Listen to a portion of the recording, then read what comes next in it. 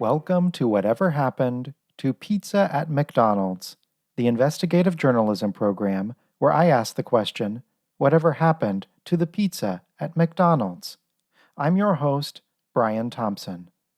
There have been some interesting developments regarding my attempt to learn more about the deranged commenters on the official McDonald's Facebook page by luring them to my own Facebook page devoted to photographs of abandoned beauties. In fact, I am happy to say one of these deranged commenters, Miss Christy Klinko, has become my Facebook friend. But I am afraid some breaking news out of Southeast Asia demands my attention on this week's program. It has long been the case that McDonald's offers several items on its international menus that it does not offer in my home country of the United States of America.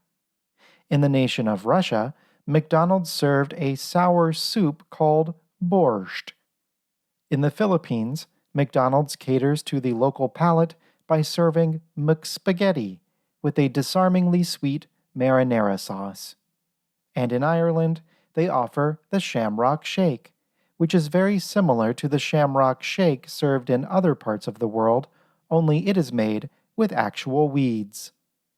Sometimes these international menu items are pizza adjacent. In India, for example, McDonald's serves the Pizza McPuff, which is a handheld pastry filled with corn, carrots, peas, and pizza sauce. But despite the fact that it goes without saying, I will say that this in no way counts as actual pizza.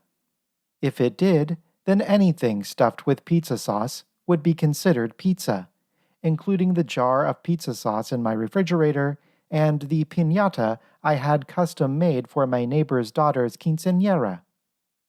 Speaking of which, while I am no Mr. Manners, I do believe it is polite to thank someone for having a pizza sauce piñata custom made for your daughter's quinceañera, rather than complaining about dry cleaning bills, etc. A new non-pizza, pizza-related McDonald's menu item was recently brought to my attention: the Pizza McShaker fries. In the nation of Singapore, McDonald's previously offered regular McShaker fries, which are French fries served with a packet of powdered spices. The spices are meant to be poured into a container along with the fries. Then the customer shakes the container until the fries are coated in the spice dust. Some time ago, McDonald's experimented with shakeable food in several other countries. The short-lived McSalad Shaker was a plastic cup full of salad that the customer would fill with dressing, then shake to coat. This item failed for a number of reasons, one of which being that consumers of salad are likely to be more environmentally conscious than non-salad eaters. Thus, many of them were uncomfortable contributing to plastic waste by eating their salad out of a plastic cup.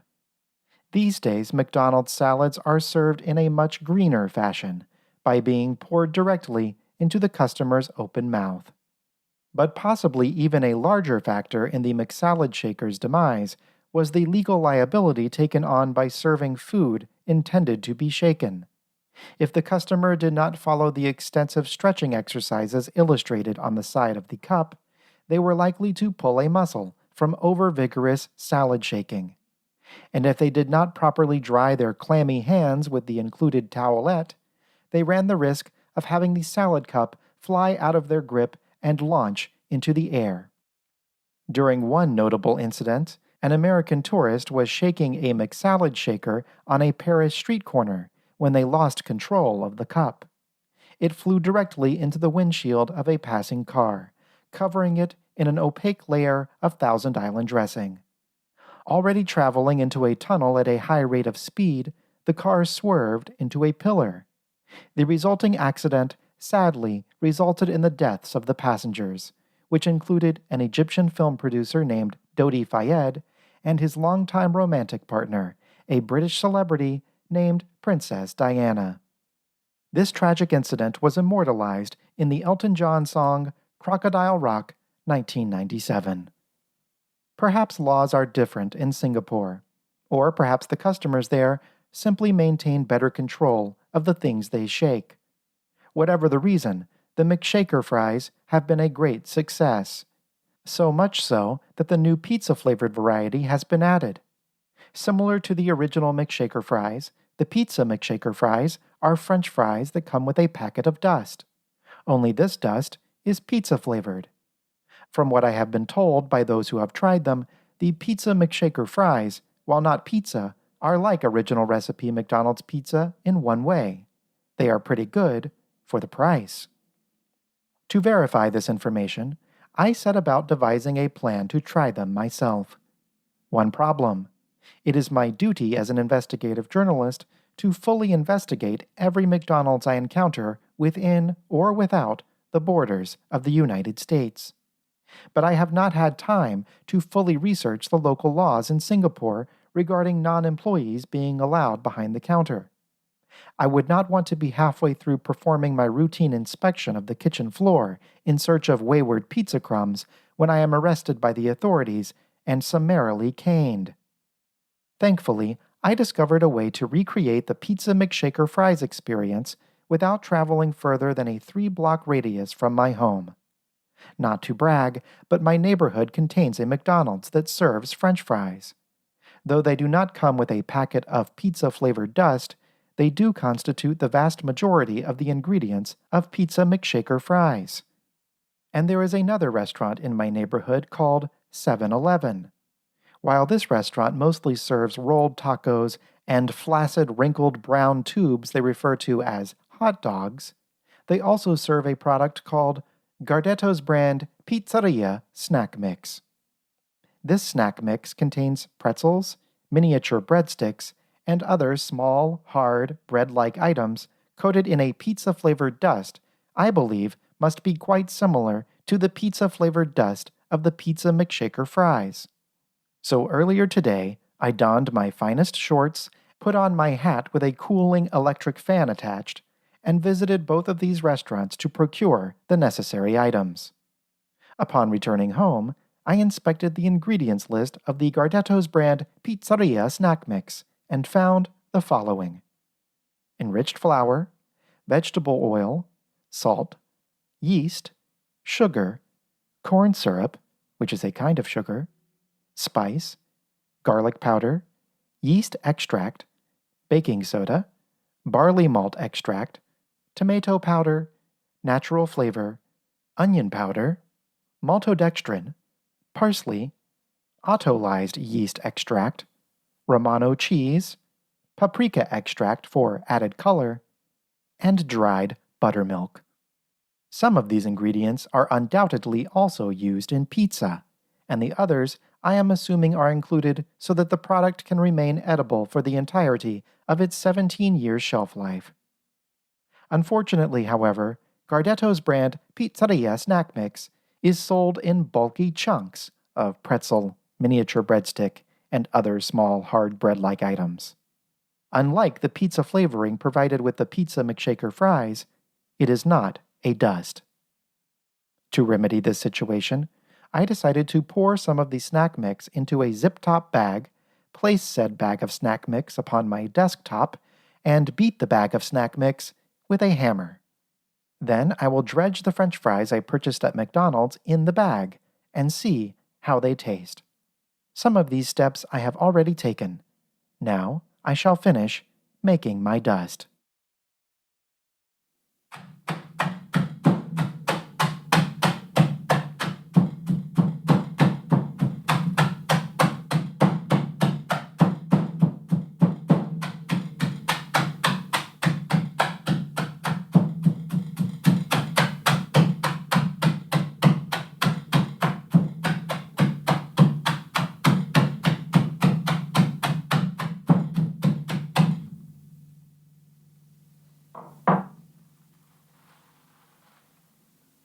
I will now open the bag.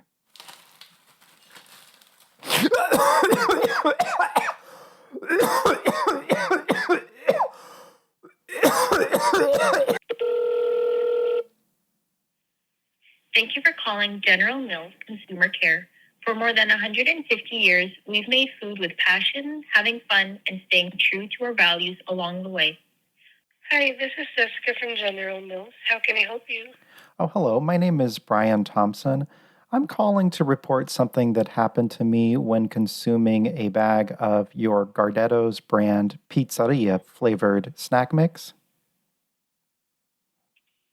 Mm-hmm. Well, I was just doing an experiment with the snack mix where I poured some into a zip top bag and I crushed it up into powder. I was trying to recreate a menu item from McDonald's overseas, basically McDonald's French fries with pizza flavored powder on them to make them taste like pizza. And I thought I might be able to recreate this by smashing up some Gardetto's pizzeria flavored snack mix and coating some French fries in it and seeing how it tasted. And it did taste, yeah, it tasted okay, fairly good for the price. But the reason I'm calling is because when I smashed up the snack mix into powder and then I opened the zip top bag, the powder sort of launched out of the bag and into my sinuses, into my eyes, into my mouth, and somewhat into my ears. And it was a little bit uncomfortable. So I was just thinking maybe you could add a warning to the bags, warning people against smashing up the snack mix into a zip top bag and accidentally inhaling it. I'm sorry, you're asking if we can put reminder, right? A reminder, that is one way of putting it, or a warning. If you don't want to use the word warning for fear of some kind of legal liability, I do understand, even though at this moment I do not plan to be pursuing any legal action about this matter. It was a minor inconvenience, all things considered. I have an eye wash station in my office for situations just like this, and that was some help, but I did have to take a bath afterward. Technically, with regards to this concern, this is handled with a different team. So, what I'll be doing here is I'll be creating a case, and I'll be documenting all those information that you provided me, and I'll take note of that, and I'll connect you over to them. So, just give me 1 to 2 minutes here, okay? Okay. Thank you so much. I'll be placing this call on hold for about a minute or two. Certainly. Thank you so much.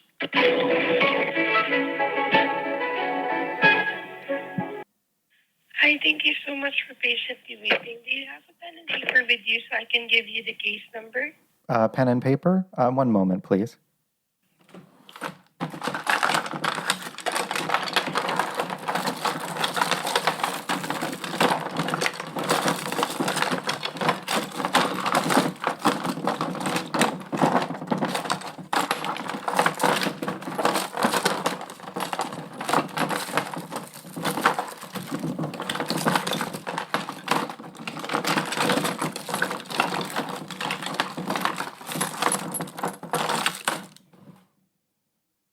Okay, well, I was unable to find a pen, but I do have a small tube of crazy glue. And so I will just write on my skin with the crazy glue. And then when it dries, I will see if I can see the numbers reflected in a light source. Maybe I can hold my arm up to a light bulb or something like that. So I'm ready to go. Yeah, that's going to be 017 0, 1, 7, 688 6, 8, 8, 18. 1, 8.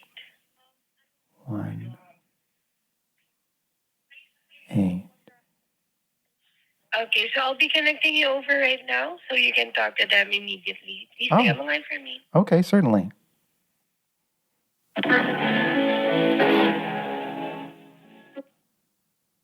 Thank you so much for calling General Mills. My name is Joe.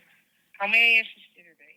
Oh, hello. I was transferred to you because I was calling with a suggestion for a warning to place on one of your products based on an incident that happened with me.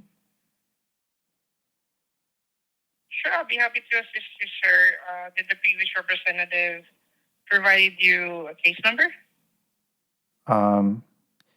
She did. I wrote it on my arm, but it hasn't quite dried yet, so I can't read it. Based on the information provided by the previous representative, we're calling about the Gardero pizza snack mix, and you're doing an experiment. I was trying to create McDonald's fries with pizza power or powder. Powder, P-O-W, as in prisoner of war, D-E-R. Powder using the snack tasted okay, but when I smashed the powder, it went out the bag.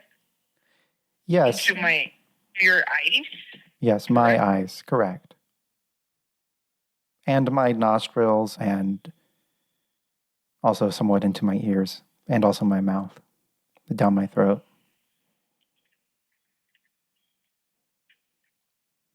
Okay, and you're asking if we can put warnings so we can be aware? Yes, as I was telling your colleague, I was able to clean out most of the powder with an emergency eye wash station that I have in my office for occasions such as this. It did not get all of the powder out, but the rest of it I was able to dislodge from my head by holding my nose shut and trying to blow out as hard as I could. And when I did that, some of the powder flew out of my ears. I see. All right, so you mean put a warning on the powder? On the actual snack mix, the snack mix does not come in powdered form, although I would also suggest maybe considering selling that in the future, perhaps with some French fries pre-mixed in. But I was just smashing up the snack mix myself as sort of an aftermarket hack to create a pizza-flavored powder. Okay. But I cannot possibly be the only person who has attempted this or will attempt it in the future. All right. So this information or feedback from you will be provided with our quality team and quality department because, of course, the feedback from our consumers, the feedback and comments from our consumers is really important to us. So we'll make sure that right after the call, I'll create the case and then share this information with our team and also with our higher-ups, okay? We really appreciate you calling us and providing us this information. Oh, thank you very much. It was not much of an inconvenience for me whatsoever. I have quite a bit of time to kill. All right. So, will there be anything else that I can assist you with aside from this?